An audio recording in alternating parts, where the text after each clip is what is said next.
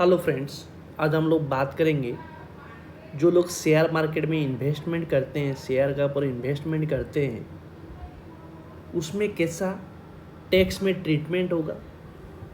जैसे आपका इक्विटी में इन्वेस्टमेंट करते हैं या फिर ट्रेडिंग करते हैं आप इंट्राडे, या फिर ऑप्शन फ्यूचर में आप ट्रेडिंग करते हैं, तो उसका ऊपर टैक्स में कैसा रेट, कौन सा टैक्स रेट आएगा, उसमें लॉस आएगा तो कैसे क्या करेंगे, टैक्स ऑडिट इसके लिए एप्लीकेबल है कि नहीं, उसमें पूरा डिटेल्स में बात करेंगे विथ एग्जाम्पल के साथ।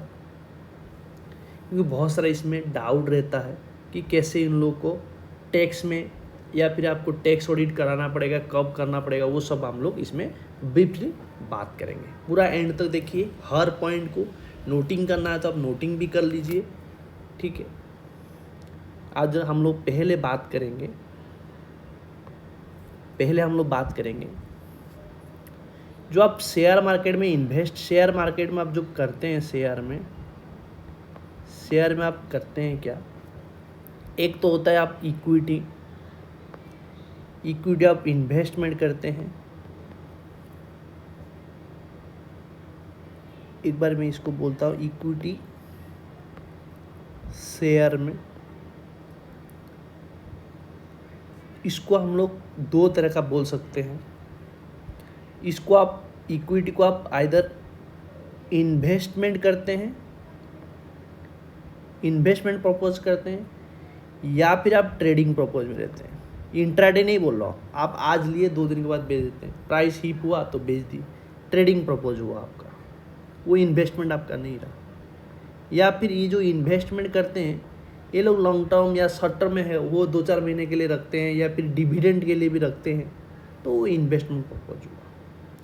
क्योंकि आपको पहले डिसाइड करना पड़ेगा, इक्विटी शेयर में जब आप लगाते हैं, शेयर में डिलीवरी लेते हैं, तो फिर आपको ये डिसाइड करना पड़ेगा कि आप किस कैटेगरी में आते हैं, आइदर इन्वेस्टमेंट कैटेगरी में आते हैं या फिर ट्रेडिंग कैटेगरी में आते हैं। जिस कैटेगरी में आएंगे ना, आप उसी हिसाब से आपको ट्रीटमेंट करेंगे। क्योंकि इसमें long term capital gain, short term capital gain इसमें होता है। जब आप कैपिटल उसको ट्रीटमेंट करेंगे, वो एसेट कैपिटल एसेट मानेंगे, इसमें कैपिटल एसेट मानेंगे, तो फिर आपको क्या होगा, इसमें क्या होगा कि इसमें 2 सिचुएशन हो सकता है कि लॉन्ग टर्म हो सकता है कैपिटल एसेट, या फिर शॉर्ट टर्म हो सकता है वो कैपिटल एसेट। लॉन्ग टर्म यानी 12 महीने से, मोर देन 12 महीना से आप हेल्ड किए हैं इक्विटी शेयर को। शॉर्ट टर्म यानी अप टू 12 मंथ हेल्ड किए हैं। तो फिर आप लॉन्ग टर्म कैपिटल एसेट को, जो इक्विटी आपको 12 महीने से ज़्यादा हो गया, तो फिर इसमें जो प्रॉफिट या फिर लॉस होगा, लॉस या प्रॉफिट हुआ, उसको हम लोग बोलते हैं लॉन्ग टर्म कैपिटल गेन या फिर लॉन्ग टर्म कैपिटल लॉस, ठीक है। शॉर्ट टर्म के टाइम में क्या होगा, उसको हम लोग same short term capital gain या फिर short term capital loss, right. इसमें अलग अलग रेट का, क्यों इसको सेग्रीगेशन करने का भी मतलब है कि आपको इसका अलग अलग रेट में भी आपको इसका टैक्स लगता है। शॉर्ट टर्म जो है, शॉर्ट टर्म में आपको क्या होता है कि शॉर्ट टर्म कैपिटल गेन होता है, आपको 111A में 15% करके लगता है गेन का ऊपर, और लॉन्ग टर्म कैपिटल गेन में 112A एप्लीकेबल होता है। इसमें आपको 1 लाख तक एग्जेम्पशन मिल जाता है, 1 लाख तक एग्जेम्पशन मिलता है। एक्सेस 1 लाख जो होता है ना, उसका ऊपर आपका 10% करके लगता है, ठीक है। शॉर्ट टर्म कैपिटल लॉस जो है, आप लॉन्ग टर्म का कैपिटल गेन के साथ या फिर शॉर्ट टर्म कैपिटल गेन के साथ आप एडजस्ट कर सकते हैं, लेकिन लॉन्ग टर्म का कैपिटल लॉस सिर्फ लॉन्ग टर्म कैपिटल गेन के साथ एडजस्ट कर सकते हैं, शॉर्ट टर्म कैपिटल गेन के साथ एडजस्ट नहीं कर सकते। ये आपको भी ध्यान रखना पड़ेगा, ठीक है। सेटअप कर सकते हैं, लॉस को प्रॉफिट के साथ सेटअप हो सकता है। यानी हमें आप जो बताया, ये जो शॉर्ट टर्म कैपिटल लॉस है, ये इसके साथ यानी खुद का प्रॉफिट के साथ तो एडजस्ट होगा, और आपका लॉन्ग टर्म कैपिटल गेन के साथ भी एडजस्ट हो जाएगा। लेकिन लॉन्ग टर्म कैपिटल लॉस सिर्फ खुद के साथ होगा, इसके साथ नहीं होगा। ठीक है, रेट आपको बता दिया, ये आपका इसी तरह है। ठीक है,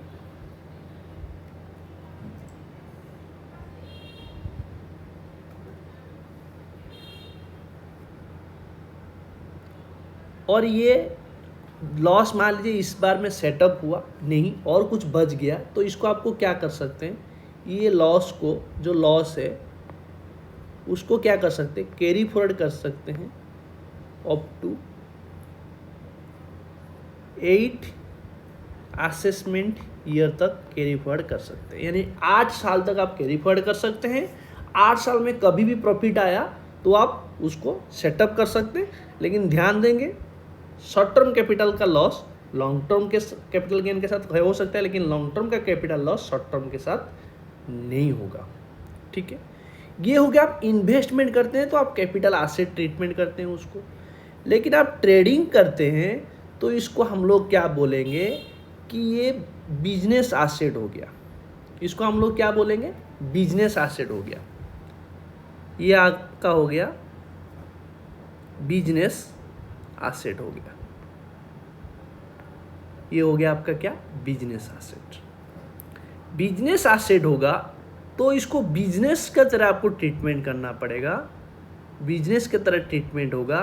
और इसमें आप normal income from business profession से आप टैक्सेबल होंगे हेड में, इनकम हेड में, और इसमें आपका नॉर्मल रेट लगेगा, नॉर्मल रेट लगेगा। और जो भी आपका बिजनेस में कुछ भी एक्सपेंस वगैरह करते हैं, क्योंकि आप माना जाएगा आप इसके लिए बिजनेस है, इसमें मान लीजिए ऑफिस भी कुछ ऑफिस का आप रेंट देते हैं, या फिर इंटरनेट यूज करते हैं, इलेक्ट्रिसिटी यूज करते हैं, या फिर स्टाफ रखे उसका पेमेंट देते हैं, वो सब एक्सपेंस इसमें ये प्रॉफिट में अलाउ होगा। बाकी आप उसको जो है उसको एडजस्ट होने के बाद जो आएगा वो नॉर्मल टैक्स रेट का हिसाब से होगा। ठीक है, और ये इसका भी लॉस मान लीजिए हुआ तो ये भी कैरी फॉरवर्ड होगा नॉर्मल बिजनेस की तरह। 8 साल तक आप इसको कैरी फॉरवर्ड कर सकते हैं। ठीक है, ये आपको समझ में आ गया। यानी आपको इक्विटी शेयर में लगाते हैं, डिलीवरी लेते हैं, तो आपको सोचना होगा कि आप इन्वेस्टमेंट कर रहे हैं डिविडेंड के लिए, या कुछ सालों के लिए, या कुछ महीने के लिए रखते हैं, या फिर ट्रेडिंग करते हैं कि आप कुछ पैसा बहरी किया तो बेच दिए, फिर खरीदे फिर बेचे, फिर खरीदे फिर बेचे। ये तो हुआ तो आपको ट्रेडिंग, वो आपको डिसाइड करना हो आप किस में कैटेगरी में जाना चाहते हैं। ठीक है, ये हो गया। उसके बाद आप करते हैं इंट्राडे।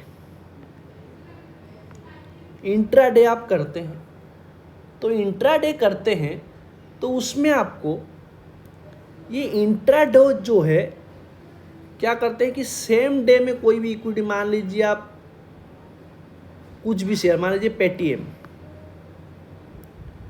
अभी मान लीजिए 600 रुपया में है, आज ही लिए, फिर एंड होते होते मार्केट आज आप उसको बेच दिए, मान लीजिए 610 में बेचे, यानी 10 रुपये का आपका यहाँ पे गेन हुआ पर शेयर।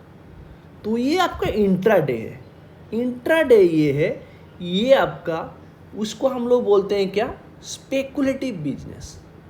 इसका बोलते हैं हम लोग स्पेकुलेटिव बिजनेस।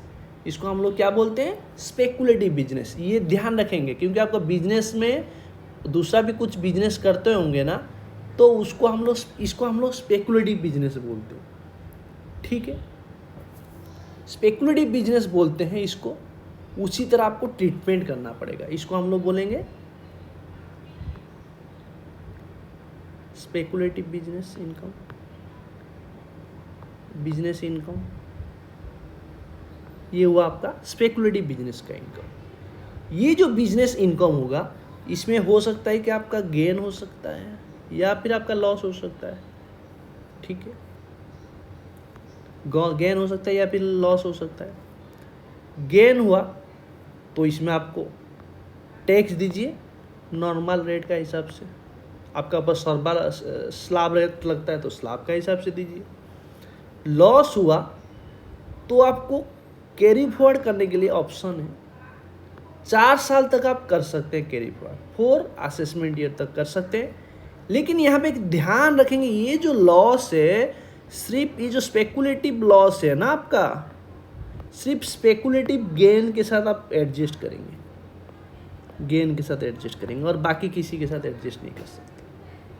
नॉर्मल बिजनेस के साथ भी एडजस्ट नहीं कर सकते, सिर्फ स्पेकुलेटिव गेन के साथ एडजस्ट कर सकते हैं। 4 साल कैरी फॉरवर्ड होगा और आप आईटीआर फाइलिंग करेंगे तो फिर आप ये बेनिफिट मिलेगा। आप आईटीआर नहीं फाइलिंग करेंगे, लॉस का कोई बेनिफिट नहीं मिलेगा। ये हो गया आपका इंट्राडे। इंट्राडे सेम डे में आप ट्रेड करके सेम डे में ये करते हैं, डिलीवरी नहीं होता, ये इंट्राडे है। सेम डे में ट्रेड करके आप जो भी लोग आप ट्रेडिंग करते हैं तो आपको पता है कि इंट्राडे क्या है, मैं इसमें और ज़्यादा नहीं ये करता।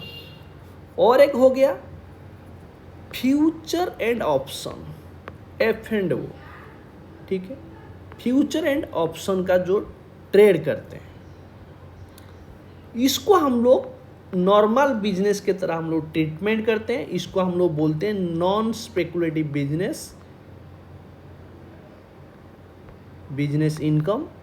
ये नॉर्मल बिजनेस का तरह है, नॉर्मल बिजनेस इनकम का तरह, नॉर्मल बिजनेस इनकम का तरह है। आप एफएनओ करते हैं, मान लीजिए आपका दूसरा कुछ बिजनेस है तो उस बिजनेस लॉस हुआ, उस लॉस के साथ इस प्रॉफिट में एडजस्ट कर सकते हैं, या फिर इसमें जो एफएनओ से जो लॉस हुआ है ये आप दूसरा बिजनेस का प्रॉफिट के साथ एडजस्ट कर सकते हैं।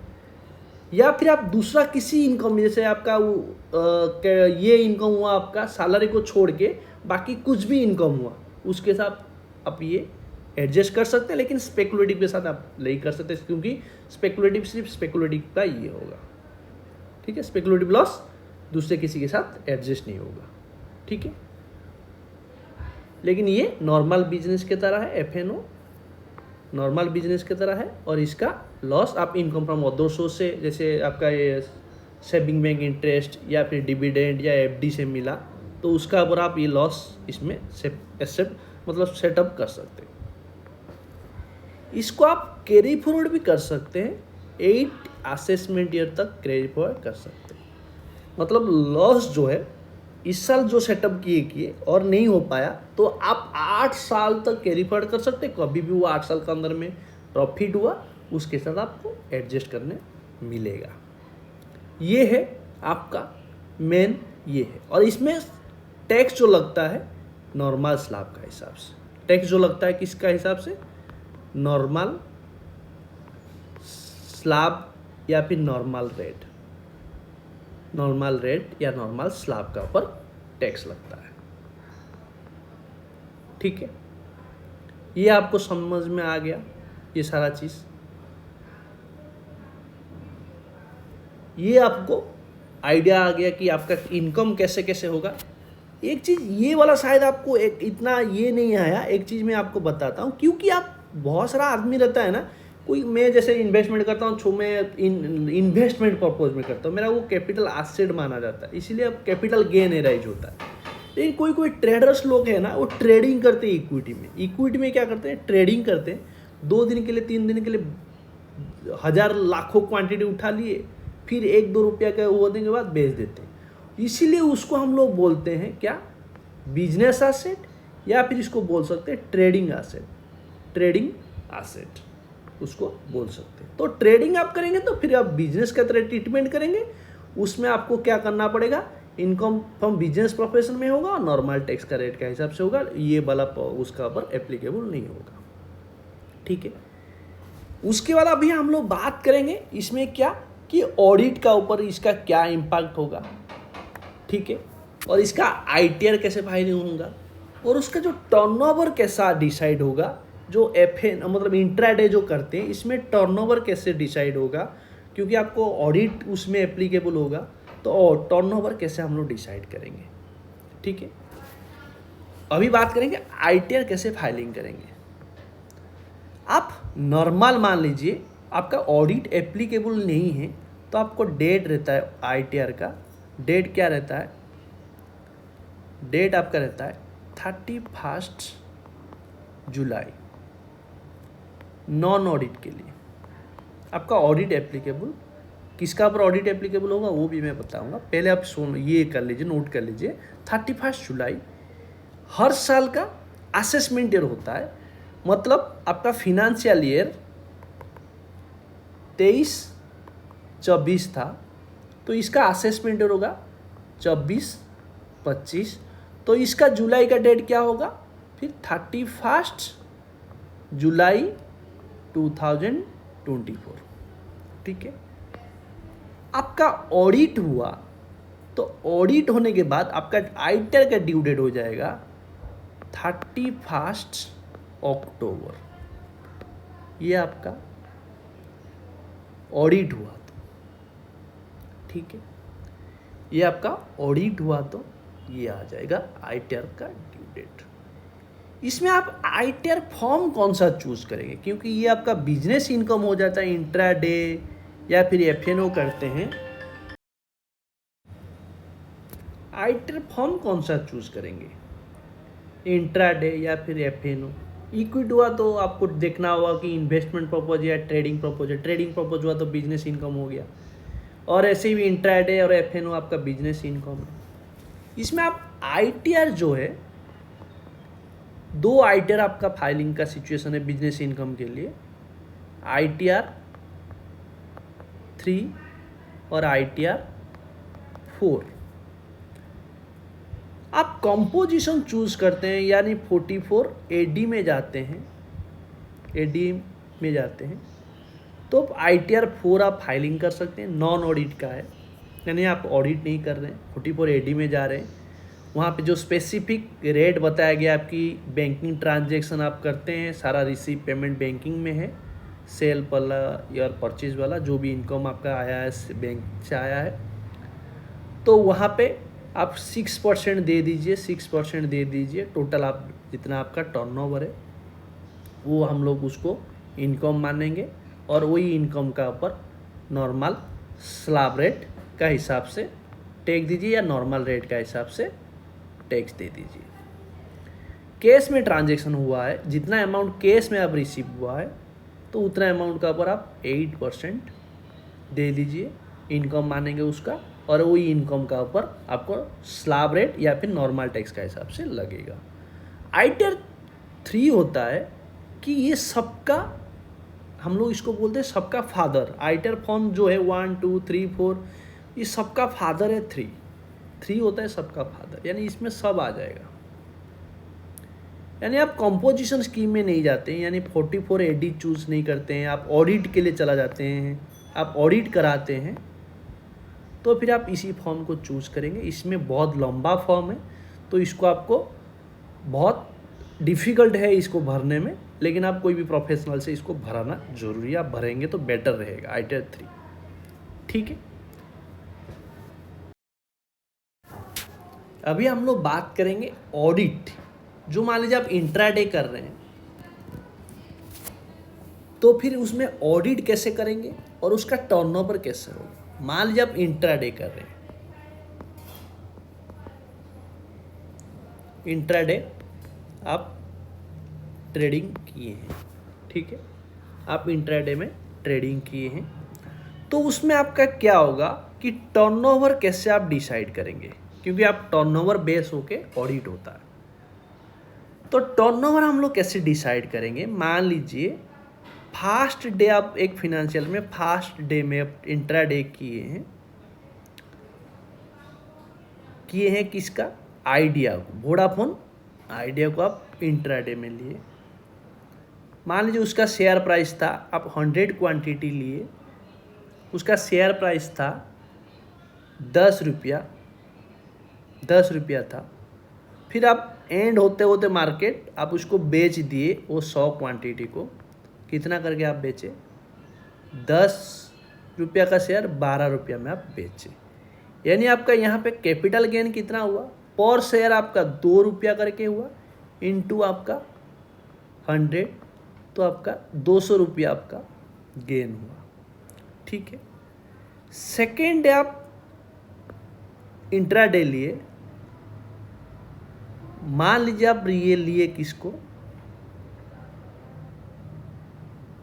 कोई भी एक लीमा पकड़ लीजिए, कोई भी शेयर हो गया आपका, सेम आप पकड़ लीजिए घोड़ा पेटीएम ले लीजिए, पेटीएम लिए, पेटीएम को आप लिए कितना शेयर, 1000 शेयर लिए, कितना में, मान लीजिए आप पेटीएम शेयर लिए 500 रुपया में लिए 1000 शेयर, लेकिन आप वही एंड होते होते मार्केट आपका 1000 शेयर आप बेचे कितना में, मान लीजिए आप बेचे 490 रुपया में, यानी लॉस में बेचे। कितना रुपया लॉस हुआ पर शेयर, आपका 10 रुपये का पर शेयर लॉस हुआ इंटू 1000 का, तो कितना हुआ आपका लॉस, 10,000 आपका यहाँ पे लॉस हुआ। तो टर्नओवर यहाँ पे हम लोग इसी तरह डिसाइड करते हैं। कैसे टर्नओवर हम लोग डिसाइड करते हैं कि टर्नओवर डिसाइड करने के टाइम में हम लोग इसको बोलते हैं कि ये लॉस को हम लोग मानेंगे नहीं, लॉस टर्नओवर के डिसाइड के टाइम में।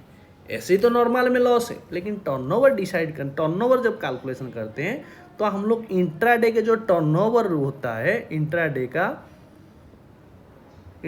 का जो टर्नओवर होता है वो क्या होता है, एब्सोल्यूट अमाउंट्स ऑफ प्रॉफिट और लॉसेस।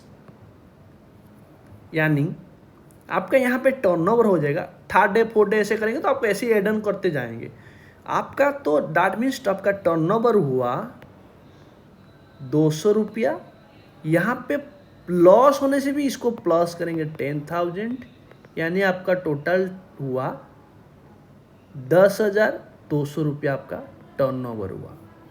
इसी तरह आपको टर्नओवर को करेंगे, यानी आपको लॉस को भी प्रॉफिट के साथ जोड़ के आपका टर्नओवर निकालेंगे कि ये आपका टर्नओवर हुआ। ठीक है, समझ में आ गया आपका टर्नओवर कैसे निकालते हैं। टर्नओवर निकल जाने के बाद आपको उसके बाद आपको पता चलेगा कि आपके लिए ऑडिट होगा कि नहीं, आपका टर्नओवर बेस करके होगा, ऑडिट होगा कि नहीं, आप उसमें देखेंगे कि टर्नओवर होने के बाद आपको क्या होगा कि आपका टर्नओवर, ऑडिट का भी बात करेंगे, ऑडिट आपके लिए होगा कि नहीं। मान लीजिए आपका टर्नओवर अप टू, ये जो टर्नओवर निकला है अप टू 2 CR तक है, 2 करोड़ तक टर्नओवर है। आप क्या किए कि आप 2 करोड़ तक है तो आपको ऑडिट नहीं कराना पड़ेगा, ऑडिट नहीं कराना पड़ेगा। किस केस में, यानी आप सारा तो बैंकिंग ट्रांजैक्शन में होता है, तो आप क्या करेंगे कि जो 2 करोड़ टर्नओवर से कम है, यानी आप पकड़ लीजिए 1.5 CR का टर्नओवर हुआ उस फिनेंशियल ईयर में, यानी इसका आप 6% इनकम दिखा देते हैं इंट्राडे का, और जो इनकम आएगा 6% उसका ऊपर आप टैक्स दे देंगे, तो फिर आपको ऑडिट कराना नहीं पड़ेगा। लेकिन आप बोलेंगे कि सर मेरा तो इंट्राडे में मेरा लॉस हुआ है, इंट्राडे में मेरा लॉस हुआ है, या फिर मेरे को तो देखने जाएंगे कि मेरा टर्नओवर का हिसाब से मैं देखूंगा ना, मेरा 2% प्रॉफिट आ रहा है, तो फिर मैं कैसे 6% दूंगा। तो फिर आप क्या करिए, तो फिर आपका 2 करोड़ से नीचे भी होंगे तो फिर आपको क्या करना है, ऑडिट करा लीजिए, ऑडिट करा लीजिए। लॉस होगा या फिर आप 2% से प्रॉफिट दिखाना चाहते हैं तो आप ऑडिट करा लीजिए, क्योंकि 6% दिखा देंगे तो कोई दिक्कत नहीं, 6% से ऊपर भी दिखाएंगे तो कोई दिक्कत नहीं, उससे कम दिखाएंगे तो आपको ऑडिट कराना पड़ेगा, और वो लॉस भी हुआ तो आपको ऑडिट कराना पड़ेगा। और ये लॉस ऑडिट करेंगे और आइटर आप टाइमली फाइलिंग करेंगे तो ये कैरी फॉरवर्ड हो जाएगा, 4 साल तक आपको कैरी फॉरवर्ड हो जाएगा। और आपका स्पेकुलेटिव बिजनेस, इसको लॉस बोलते हैं, और स्पेकुलेटिव प्रॉफिट नेक्स्ट ईयर जब स्पेकुलेटिव इंट्राडे में प्रॉफिट करेंगे वो एडजस्ट हो जाएगा। तो आपके लिए ऑडिट का ये सिचुएशन समझ लिए, यानी आप 6% दिखा देते हैं, जितना भी टर्नओवर है अप टू 2 करोड़ तक है तो कोई दिक्कत नहीं, आप दिखा दीजिए। ठीक है, अभी और एक ये जो है ये आप किस में दिखाते हैं, ये प्रेजेंटिव बेसिस में दिखाते हैं। इसमें हम लोग क्या बोलते हैं, 44 AD एक सेक्शन है इनकम टैक्स में, उसमें आप इनकम डिक्लेयर करते हैं। अभी इसमें नया एक अमेंडमेंट हुआ है, ये 44 AD में पहले 2 करोड़ तक तो आपको अभी समझ में आ गया, इसमें 3 करोड़ का एक सिचुएशन है, यानी आप 3 करोड़ तक भी आपका टर्नओवर होगा भी, ठीक है, अप टू 3 करोड़ तक भी आपका टर्नओवर होगा तो भी आप प्रेजेंटिव बेसिस में जा सकते हैं। 6% डिक्लेरेशन दे दीजिए, कोई अकाउंट्स वगैरह ऑडिट वगैरह कुछ नहीं करना होगा, अकाउंट्स मेंटेन नहीं करना पड़ेगा। तो फिर आप क्या होगा कि इसमें कि आपको 95% जो आप किए होंगे और टोटल रिसिप्ट, टोटल आप जितना रिसिप्ट किए बैंकिंग ट्रांजेक्शन में होगा, यानी डिजिटल में होगा, डिजिटली में होगा 95%। तो फिर आप अप टू 3 करोड़ तक आपको क्या है 6% करके दिखा दीजिए, जो भी टर्नओवर है उसमें आपको ऑडिट नहीं करना पड़ेगा। लेकिन आप लॉस दिखाएंगे या बिलो 6% दिखाएंगे तो फिर आपको ऑडिट कराना पड़ेगा। ये अभी आपको समझ में आ गया, ठीक है। और एक सिचुएशन है इसमें, ये तो 44 आपका एडी के बारे में बता दिया, लेकिन आपको 44 एडी जब चूज करेंगे ना, एक इसमें भी एक कॉम्प्लिकेट है। 44 एडी चूज करेंगे ना तो नेक्स्ट आपका जो है ना, नेक्स्ट 5 ईयर तक ये लॉक इन पीरियड है। लॉक इन पीरियड है, जैसे आप म्यूचुअल फंड करते हैं ना, लॉक इन पीरियड होता है, ऐसे लॉक इन पीरियड है 5 ईयर तक। आपको कुछ मतलब 44 एडी से आप मान लीजिए नेक्स्ट ईयर भी जो हुआ ना, आपको 44 एडी भी लेना होगा, यानी प्रेजेंटिव बेसिस में 5 ईयर तक आपको रहना पड़ेगा। लेकिन आप कोई भी साल में उसको ब्रेक कर दिए कि मैं 44 एडी में नहीं जाके आप नॉर्मल में चले गए, तो फिर आप इसका बेनिफिट नेक्स्ट 5 साल तक, जिस दिन से ब्रेक किए उससे नेक्स्ट 5 ईयर तक 44 एडी का बेनिफिट और नहीं ले पाएंगे। ये आपको ध्यान रखना पड़ेगा, ठीक है। और एक चीज सिचुएशन हो सकता है आपका, तो ये 5% का सिचुएशन हो गया, ये वाला जो आपका 95% आप बैंकिंग टोटल आप रिसीव करते हैं, तो आप अप टू 3 करोड़ तक 44 एडी में जा सकते हैं। नॉर्मल के सिचुएशन में मान लीजिए आपका टर्नओवर जो इंट्राडे में 2 करोड़ से लेके अप टू 2 करोड़ तक, यहाँ पे तो समझा दिया क्योंकि आप बैंकिंग ट्रांजेक्शन हो तो 3 करोड़ हो गया, लेकिन अप टू 2 करोड़ तक आपको यहाँ पे समझा दिया था कि आपको 2 करोड़ में 44 एडी में चला जाइए, आपको ऑडिट नहीं करना पड़ेगा, और ये आप 6% डिक्लेरेशन दे दीजिए। और यहाँ पे नया इस बार का अमेंडमेंट आया है कि 3 करोड़ है कि आप 90% आप इसमें ये कर देंगे तो फिर आपको 3 करोड़ तक भी 44 एडी में जा सकते हैं, प्रेजेंटिव बेसिस चूज कर सकते हैं। लेकिन आपका इसमें क्या होगा कि इसमें क्या हुआ कि मोर देन 2 करोड़, लेकिन आपका अप टू 10 CR तक है, तो फिर आपको मान लीजिए आप इसमें ऑडिट नहीं कराना पड़ेगा। कौन सा केस में कि आप 6% प्रॉफिट दिखा दीजिए। यहाँ पे 44 एडी का नहीं बात बोलो, नॉर्मल में जाएंगे, 44 एडी में नहीं जाना है, नॉर्मल ITR 3 भर लीजिए, ITR 3 फाइल कर दीजिए नॉर्मल में।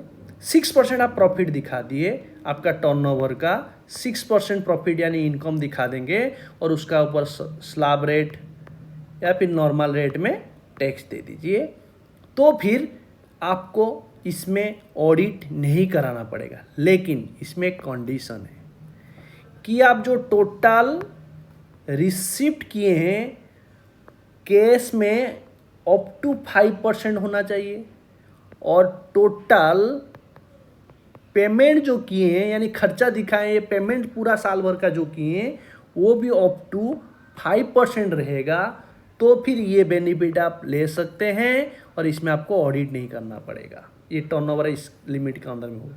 लेकिन आपका टोटल पेमेंट और रिसीव कोई भी 5% से एक्सीड हो जाएगा तो फिर आपके लिए ऑडिट कराना पड़ेगा। उसमें आपको 6% का सिचुएशन आपको मिलेगा नहीं, भले ही आप 6% दिखा देंगे, लेकिन आप कैश लिमिट जो है 15% हो गया टोटल रिसीव या फिर पेमेंट, तो फिर आपको उसमें ऑडिट कराना पड़ेगा। या फिर आप 6% नहीं दिखाना चाहते कि मेरे को लॉस में है, मैं लॉस में तो है, मैं कैसे दिखाऊं लॉस में है, या फिर आपका 2% प्रॉफिट दिखा रहे हैं यानी बिलो 6% दिखा रहे हैं, इस लिमिट का अंदर में रहेंगे भी, तो फिर आपको ऑडिट कराना होगा। ठीक है, ये समझ में आ गया। उसके बाद बात करेंगे अभी एबव 10 CR। ठीक है, इसमें 100% भी आप डिजिटल प्लेटफॉर्म में करेंगे, बैंकिंग ट्रांजैक्शन करने से भी आपको ऑडिट कराना होगा। ये आपका टर्नओवर 10 CR का अंदर में रहेगा तो आपको ऑडिट कराना कंपलसरी है।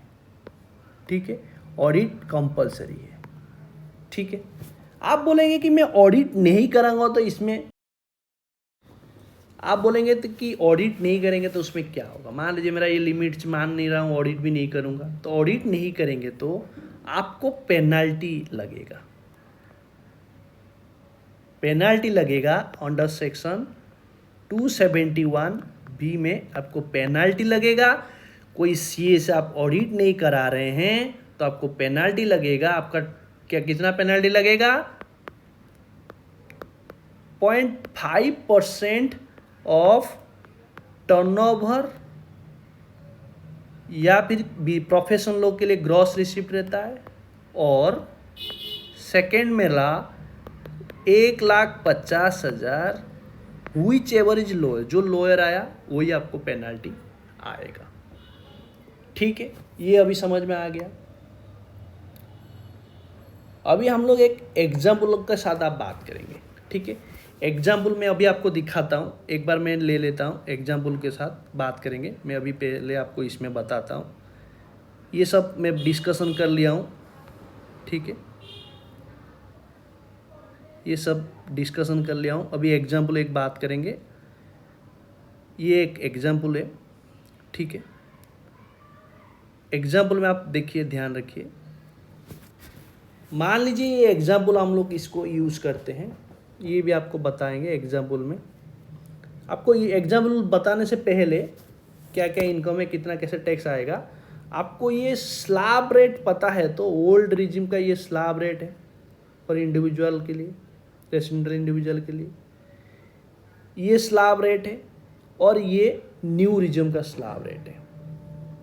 ठीक है, ये स्लैब रेट आपको ध्यान रखना पड़ेगा। ये जो स्लैब रेट है अप टू, जो ओल्ड रिजिम का स्लैब रेट है अप टू एज जो है रेसिडेंटल इंडिविजुअल का, अप टू एज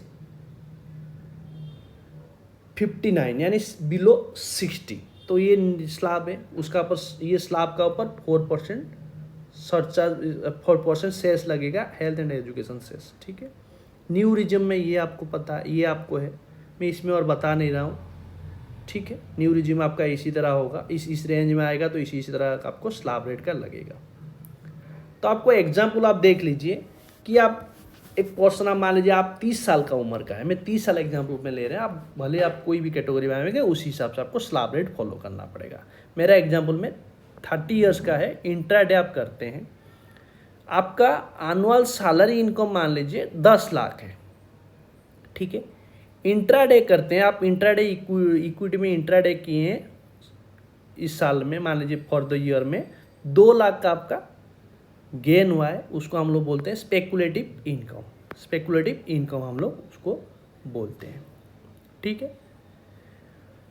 प्रॉफिट हुआ है फ्यूचर एंड ऑप्शन से, वो हुआ 2 लाख, इसको हम लोग बोलते हैं नॉन स्पेकुलेटिव बिजनेस यानी नॉर्मल बिजनेस। ठीक, कैपिटल गेन हुआ है, इसको हम लोग इस एग्जाम्पल में मानेंगे शॉर्ट टर्म कैपिटल गेन।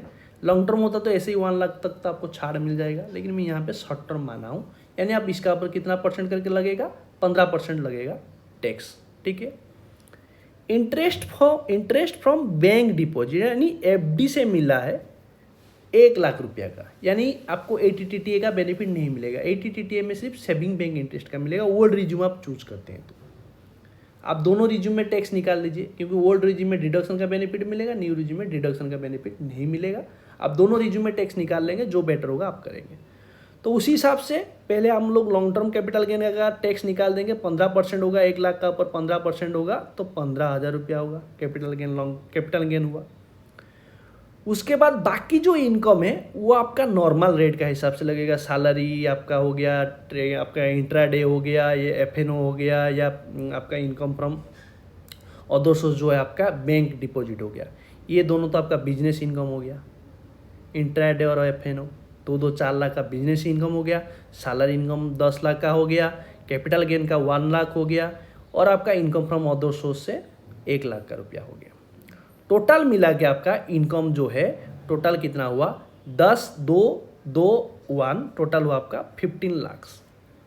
ठीक है, क्योंकि आप 1 लाख का अलग निकाल दिए, 15 का हिसाब से वो निकाल लिए। ठीक है, तो फिर आपका हिसाब से टैक्स किससे आएगा, टैक्स आएगा ऐसे अप टू, मैं ओल्ड रिज्यूम चूज किया हूँ, ठीक है, ओल्ड रिज्यूम यहाँ पे चूज किया हूँ, ये जो ऑप्ट किया हूँ ओल्ड रिज्यूम, तो अप टू 2.5 लाख तो कोई टैक्स नहीं आएगा। 2.5 से लेके 5 लाख का बीच में कितना हुआ, 5% करके करेंगे तो 12,500 आया। 5 लाख से 10 लाख का आपको कितना 20% स्लैब है तो 1 लाख आया। क्योंकि मेरा इनकम 15 लाख है तो फिर क्या होगा कि 10 लाख से जैसे ही एक्सीड हो गया, कितना एक्सीड हो, 5 लाख का एक्सीड है, तो 5 लाख का 30% है तो कितना आया, 1,50,000 आया। तो टोटल मेरा कितना आया यहाँ पे 2,62,500। ये मेरा नॉर्मल इनकम का हिसाब से आया। प्लस इसका ऊपर मेरा क्या करूँगा, कैपिटल गेन में जो 15,000 आया था, कैपिटल गेन में 15,000 आया था, टोटल मेरा टैक्स आया ये। इसका ऊपर मेरा सेस यानी हेल्थ एंड एजुकेशन से जो 4% ऐड नहीं किया हूँ, इसका ऊपर आप 4% करेंगे तो फिर जो लायबिलिटी आएगा उतना ही आपको टैक्स पेमेंट करना पड़ेगा, ठीक है। इसमें एडवांस टैक्स का एक प्रोविजन होता है कि आप ड्यूरिंग द पीरियड में जो भी इनकम करते हैं तो आप 10,000 से एक्सीड होता है आपका टैक्स लायबिलिटी, तो फिर आपको एडवांस टैक्स पेमेंट करना पड़ता है। लेकिन आप प्रेजेंटिव बेसिस चूज करते हैं, 44 ADA में जाते हैं, उस टाइम आपका जो एडवांस टैक्स हम लोग 4 क्वार्टर में पेमेंट करते हैं। पहला क्वार्टर में 15 जून तो कर दीजिए 15% आपका टोटल टैक्स लायबिलिटी का। सेकेंड क्वार्टर 15 सितंबर तक आपको 45% पेमेंट कर दीजिए, आपका अप टू 45% तक पेमेंट कर दीजिए टोटल लायबिलिटी। थर्ड क्वार्टर 15 दिसंबर तक आपको अप टू 75% तक टैक्स लायबिलिटी आप पेमेंट कर दीजिए। और अप टू मार्च आपका फोर्थ क्वार्टर का 15 मार्च तक आप पेमेंट कर दीजिए 100% आपका टैक्स लायबिलिटी, ठीक है।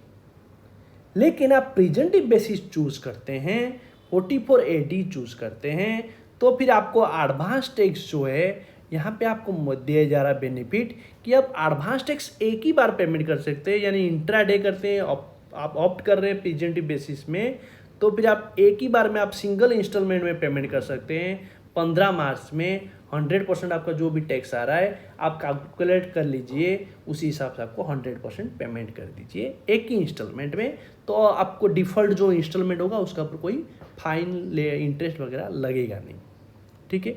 इंट्राडे का मैं बता दिया हूँ कि आप इंट्राडे लॉस करेंगे तो स्पेकुलेटिव बिजनेस है, वो कैरी फॉरवर्ड होगा, 4 साल के लिए कैरी फॉरवर्ड होगा, आपको ITR बनना जरूरी है, ठीक है। इसमें आपको क्वेश्चन फ्रीक्वेंसी में आप देख सकते हैं, is it compulsory to file ITR for intraday, आपको ITR करना लॉस है तो आपको वो ITR फाइलिंग करेंगे, लेकिन आपका बेसिक एग्जेम्पशन लिमिट जैसे ओल्ड रिजिम में जाते हैं 2.5 लाख से नीचे, न्यू रिजिम में जाते हैं तो 3 लाख से नीचे, यानी आप बेसिक एग्जेम्पशन लिमिट से नीचे हैं, आप ITR नहीं भर सकते, वो ऑप्शनल है, ठीक है। उसके बाद आप क्या है कि how to file intraday profit in ITR, मैं आपको बता दें कि PGBP हेड में इनकम टैक्सेबल होगा, आप ITR 3 या फिर ITR 4 चूज कर सकते हैं, डिपेंड ऑन यू। प्रेजेंटिव बेसिस में जाते हैं तो ITR 4 भर लीजिए, नॉर्मल में जाते हैं तो ITR 3 भर लीजिए, ठीक है। How much tax to day traders pay, वो नॉर्मल स्लैब रेट का हिसाब से होगा, स्लैब रेट में जो आएगा उसी हिसाब से आपको पेमेंट करना पड़ेगा। भले आपका बिजनेस इनकम हेड में आ रहा है, लेकिन आपको नॉर्मल स्लैब का रेट का हिसाब से टैक्स आएगा, ठीक है।